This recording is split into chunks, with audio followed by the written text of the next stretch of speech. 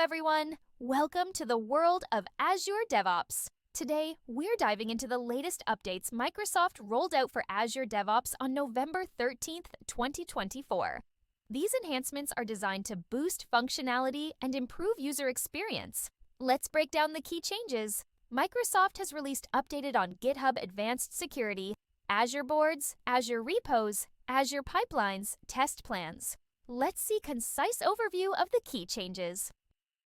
First up, GitHub Advanced Security for Azure DevOps has introduced two significant features. First feature is commitless builds for dependency scanning. In this update, dependency scanning now operates without requiring new commits, enabling all builds to submit detected components for vulnerability analysis. This enhancement broadens scan coverage and streamlines security workflows. Second feature is enhanced CodeQL scan visibility. This update saying that by utilizing the sources folder variable in CodeQL builds, you can now ensure accurate file previews and annotations in alerts and pull requests, providing consistent and reliable insights into scan results. Moving on to Azure Boards. First feature update is new REST API limit on work item comments.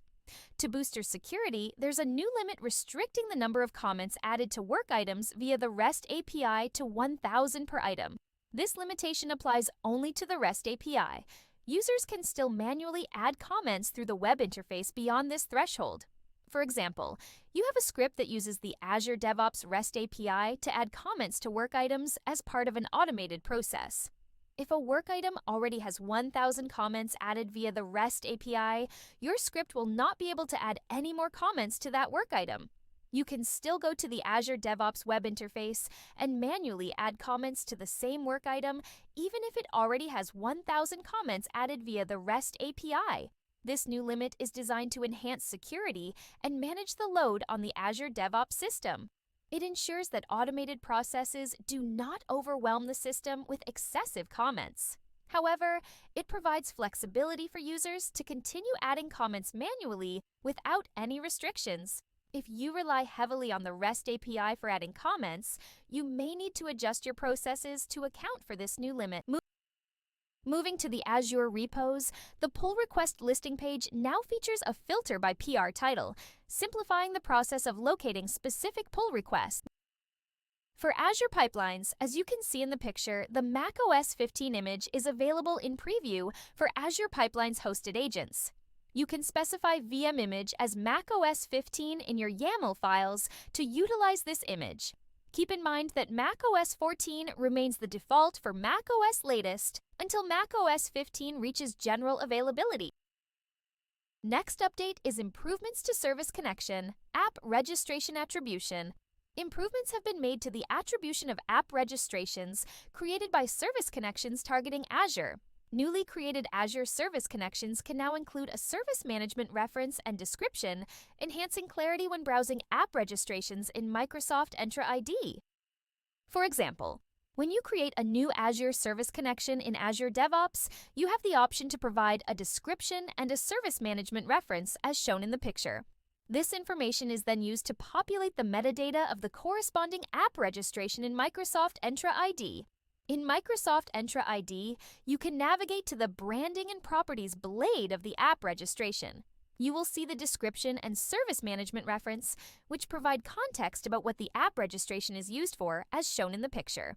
By including a service management reference and description, it becomes clear which service connection an app registration is associated with. This helps in managing and auditing app registrations more effectively.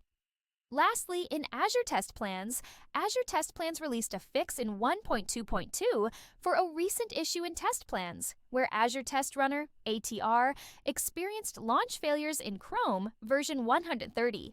This issue arose due to Chrome's added support for non-special scheme URLs, which impacted the ATR user flow. With this update, the regression bug is resolved, and ATR functionality is restored. Furthermore, the Test Plans directory now offers enhanced sorting options. With this update, you can quickly organize each column alphanumerically, providing a streamlined way to find and access your data. Additionally, manual testers often encounter challenges with losing progress on test cases if an incomplete run isn't marked as paused before selecting Save and Close.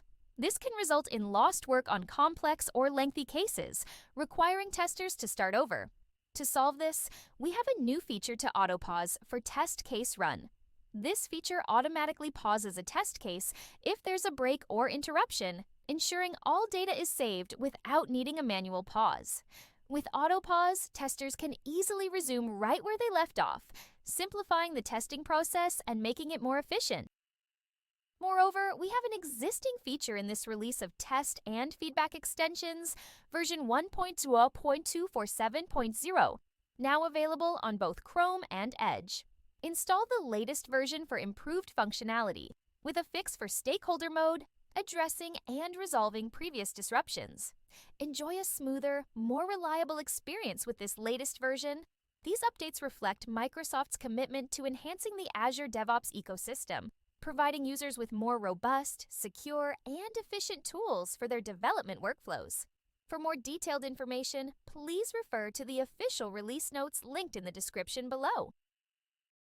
Thanks for watching! If you found this video helpful, please like, subscribe, and hit the notification bell for more updates.